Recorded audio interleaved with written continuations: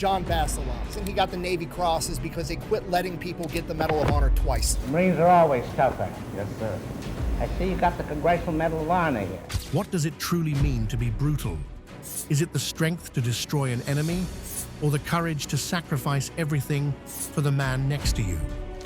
This is the story of John Basilone, a legend who earned the Medal of Honor only to throw away his safety and return to the hell of combat. Sergeant John Basilone is hereby awarded the Medal of Honor. He was a hero who hated being called one, a man who found love but chose the war, and the only Marine of World War II who would make the ultimate sacrifice not once, but twice. This is why he was the most brutal Marine of World War II. Before he was a Marine legend, before the medals and the movies, John Basilone was just a kid from Raritan, New Jersey. He was the sixth of 10 children in a big, loud, Italian-American family. His world was simple and tough. By the time he was 15, school was behind him, and he was out working, carrying golf bags as a caddy at a local country club. Young John wasn't the kind of kid who dreamed of fancy things. He was solid, with thick, strong hands from a life of hard work, but carrying golf clubs for other men. That life felt small. He wanted something bigger, something that matched the energy bubbling inside him. So, at 18, he made a decision. He walked into an army recruiting office and enlisted. They sent him to the other side of the world, to the Philippines. It was here that the first version of the legend was born. For 3 years, he served with the Army's 16th Infantry. The Philippines left a deep mark on him.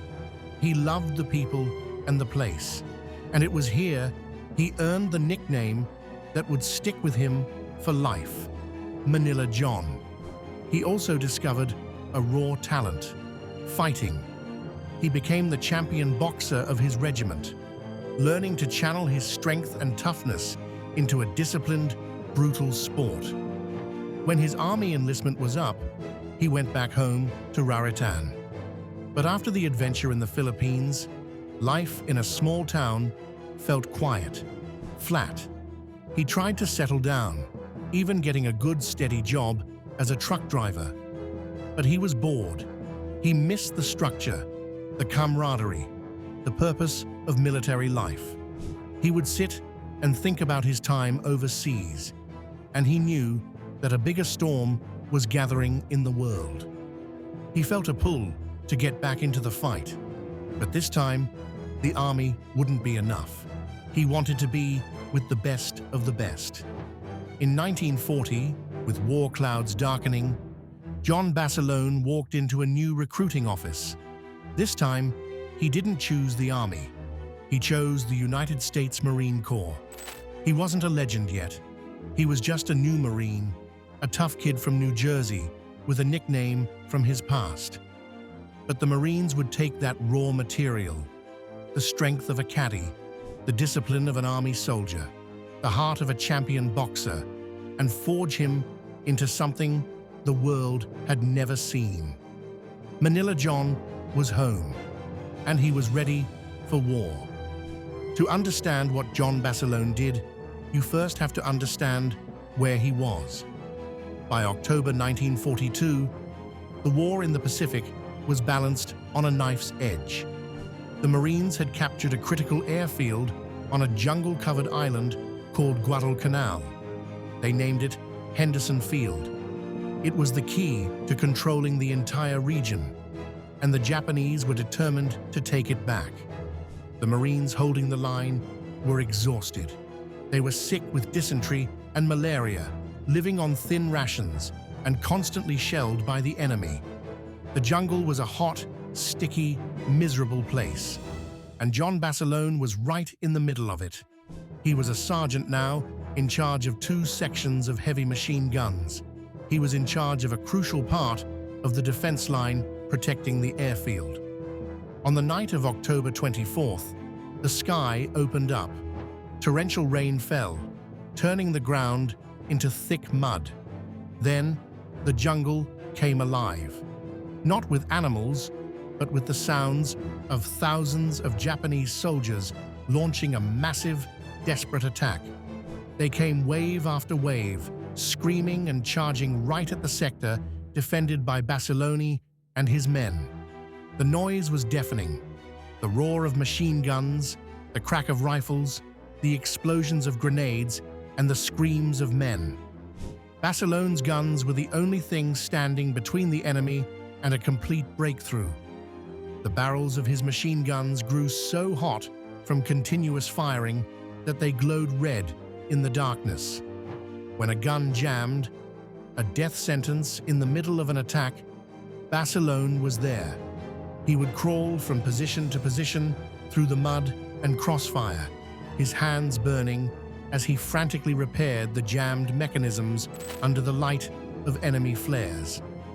Ammunition started to run dangerously low.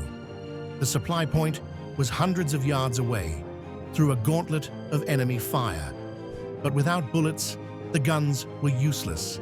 So Basilone did the unthinkable. He left the relative safety of his position and sprinted into the blackness. He fought his way through the mud and the chaos, located the ammunition, and hauled the heavy, clinking boxes back to his men, trip after terrifying trip. He was fighting against time, gravity, and an entire enemy force, all at the same time. This was just the beginning of a very long night. As the night wore on, the Japanese attacks never let up. They came in waves, a living pressure against the thin line of Marines, and exhaustion seeped into every man. Some were wounded, some couldn't stand. But they kept firing because their sergeant seemed to be everywhere at once, a human engine driving them forward in a place that felt like the end of the world. Basilone wasn't just calling the shots, he was in the teeth of the fight. In the black chaos, a machine gun position suddenly went silent, wiped out in an instant. Silence there meant a hole in the line. Without hesitating, Basilone sprinted through mud and fire to the ruined post.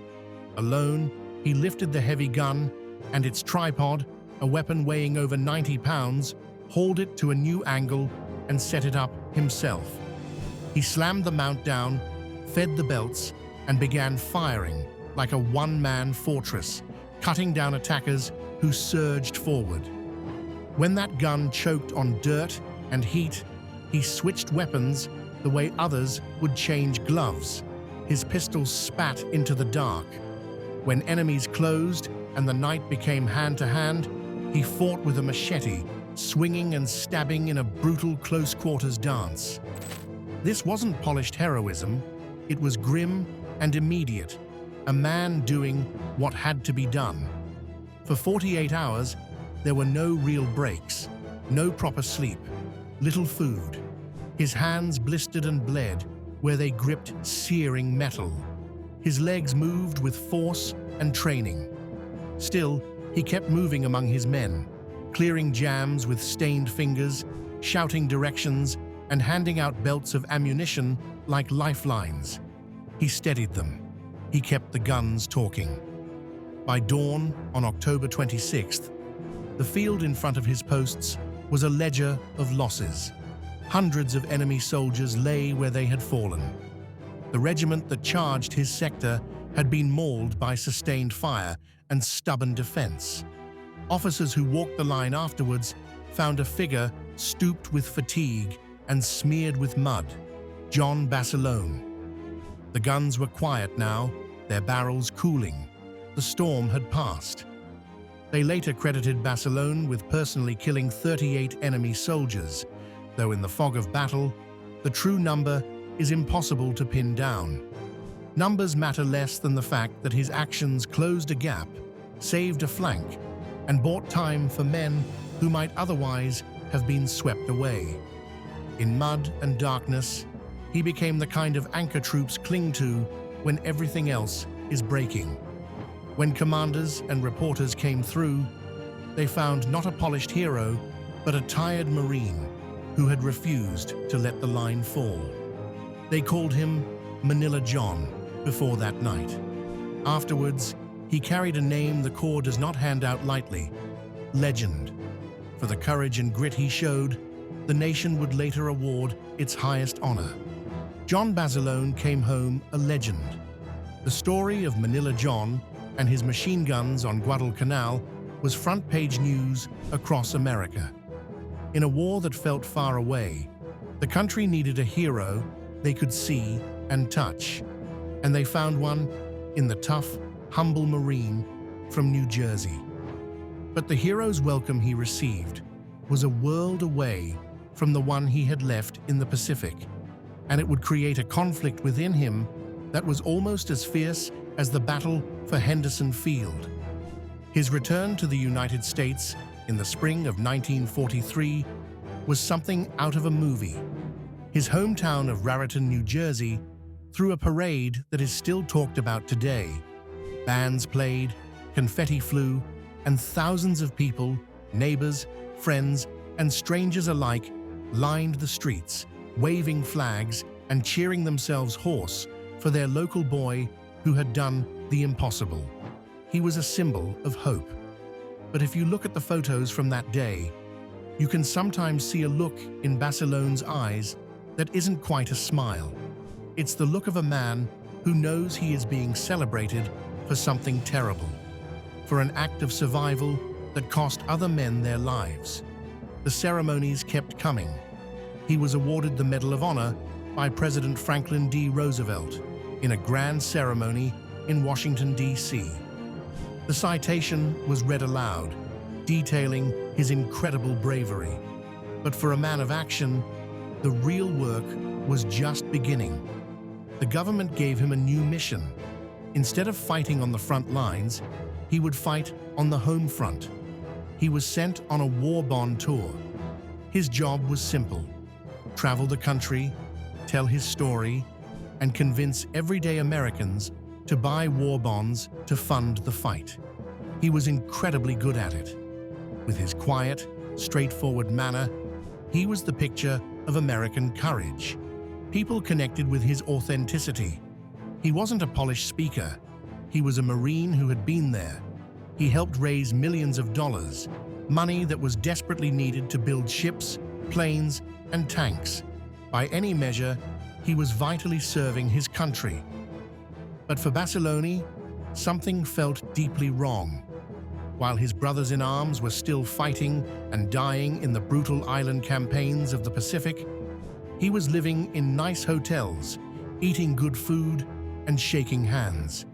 He was treated like a celebrity, but he felt like a fraud, a museum piece, as he put it, put on display for everyone to look at. The war bonds were important, but he felt like he was performing his duty, not living it. The loud cheers and bright lights of the stage were a poor substitute for the dark, muddy loyalty of the foxhole. He was a man of action, trapped in a world of speeches and handshakes, and the guilt began to eat at him. The Marine Corps, recognizing his value and his natural leadership, tried to make his new role permanent. They offered him a safe path, a commission as an officer, and a comfortable job training new Marines stateside. It was a tremendous honor and a guarantee of seeing the war's end in safety.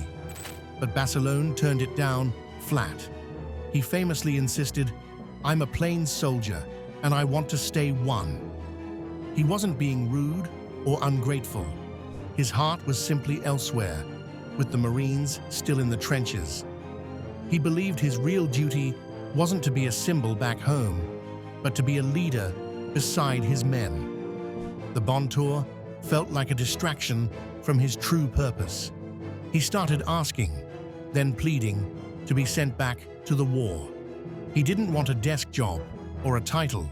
He wanted to return to his unit, to the very danger he had just escaped. He argued that his experience could save the lives of the green troops who were landing on hostile beaches. The request shocked his superiors. Why would anyone who had been through the hell of Guadalcanal who had earned the right to a safe and comfortable life, begged to go back into the meat grinder. But they saw the determination in his eyes. This wasn't about glory. It was driven by a deep, unshakable loyalty that defined him. He could not enjoy the peace while other men were fighting his war. Finally, after much persistence, the Marine Corps gave in. They approved his return to active duty in the Pacific. The celebrity was over. The parades were finished. John Basilone had gotten what he wanted. He was going back to the war. For him, it was the only place he could truly be himself, where the weight of being a hero could be replaced by the simple, heavy responsibility of being a Marine. After the noise of the war bond tour, the sprawling base of Camp Pendleton, California, must have felt like a relief to John Basilone. Here, he was back in his element. The air smelled of salt and sagebrush, not cigar smoke and perfume. The sounds were the familiar shouts of drill instructors and the crack of rifle fire, not the endless applause of crowds. He was given a crucial job, training the young new Marines who were destined for the next big invasions in the Pacific. These were the boys who would have to face what he had faced, and he poured everything he knew into preparing them. It was here, in the midst of this duty, that his life changed in a way he never expected. At a dance on base, he met a woman who was every bit his equal, Sergeant Lena May Riggy. She wasn't a starstruck fan. She was a fellow Marine, serving in the Marine Corps Women's Reserve.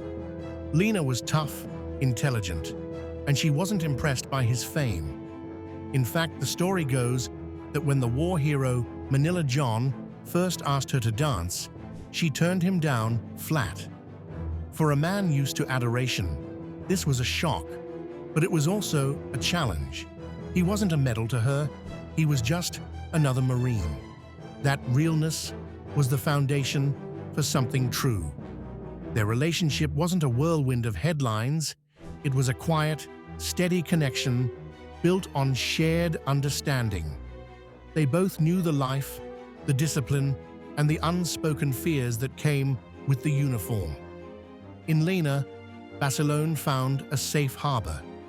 On July 10th, 1944, they were married. He wore his dress blues. She wore a tailored women's Marine Corps uniform. There was no fancy cake. Their wedding reception was a simple lunch at a restaurant. They had a brief, happy honeymoon in Southern California. For a few short weeks, John Basilone wasn't a war hero or a training sergeant. He was just a husband. He had found a glimpse of the peaceful future he was fighting for. But the war was never far away. The letters from the Pacific told of terrible battles on islands like Saipan and Peleliu. His old friends were dying. The guilt that had driven him off the war bond tour began to stir again. He felt a powerful pull, a loyalty to the men who were still in the fight. When the orders came, they were for one of the most anticipated and feared operations of the war, the invasion of Iwo Jima. Everyone knew it would be a bloodbath. Basilone was assigned to a new regiment and would be shipping out soon. He had to tell Lena. The man who had faced down 1,000 enemy soldiers now had to break his new wife's heart. He had a choice, of course. He could have used his status to stay behind, to be safe with the woman he loved. But that was not the man he was. The same sense of duty that defined him on Guadalcanal now called him to Iwo Jima. He was going back. This time, however, he wasn't leaving alone. He was leaving a part of his heart behind. The stakes for John Basilone were no longer just about honor and country. They were about coming home. The calm of California was a world away. On the morning of February 19th, 1945, John Basilone was crammed into a landing craft, bouncing on the waves off the coast of a small volcanic island called Iwo Jima. The air was thick with the smell of diesel fuel and fear. For the young Marines around him, this was their first taste of combat. But for Basilone, it was a terrible, familiar feeling. He knew what was coming. As the ramp of his landing craft slammed down, all hell broke loose. The Japanese had turned the entire island into a fortress. From hidden positions in the black sand hills, they rained down a storm of bullets, mortars, and artillery shells. The beach, codenamed Red Beach 2, was instantly a scene of pure chaos. Landing crafts were hit and set ablaze. Men were cut down before they could take 10 steps. The air was a deafening roar of explosions and screams. But Basilone was a rock. While others froze in the face of such horror, he moved with a cold, focused purpose. This was what he had trained for. This was why he had come back. He rallied his stunned men, pushing them forward off the deadly sand and toward the relative safety of the base of the volcanic terraces. He was no longer just a sergeant. He was a lifeline of experience in a sea of confusion. The American attack was stalled. The reason was a series of deadly Japanese blockhouses, thick concrete pillboxes that poured relentless machine gun fire onto the beach, pinning the Marines down. One of these positions was causing especially heavy casualties.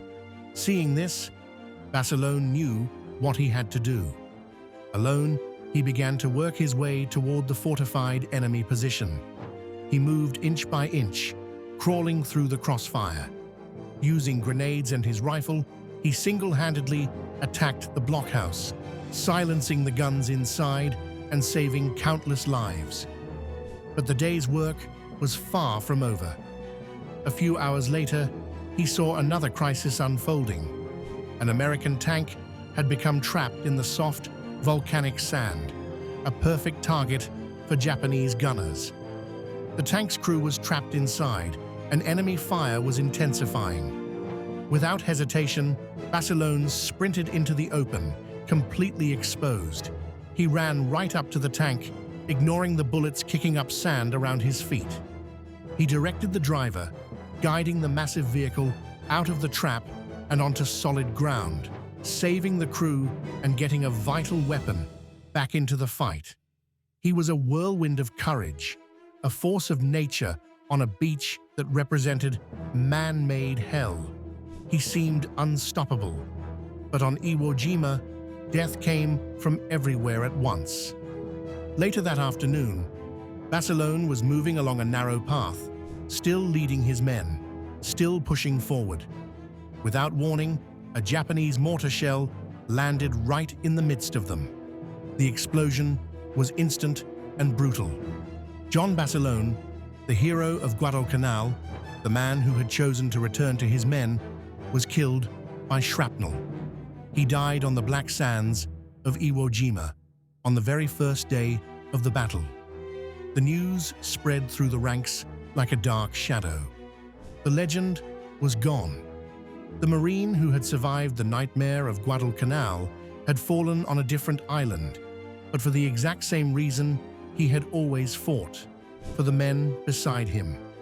For his actions on Iwo Jima, for his single-handed assault on the blockhouse, for his incredible bravery in guiding the tank under fire, John Basilone was posthumously awarded the Navy Cross. It is the nation's second highest military decoration for valor. This award cemented his unique and tragic place in history. John Basilone became the only enlisted Marine in World War II to receive both the Medal of Honor and the Navy Cross.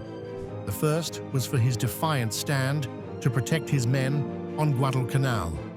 The second was for his aggressive courage in leading them forward on Iwo Jima. He had given everything he had, twice over. He had left behind the safety of home, the love of his new wife, and the comfort of fame, all for one simple reason. He was a Marine, and in the end, he gave his life for that belief.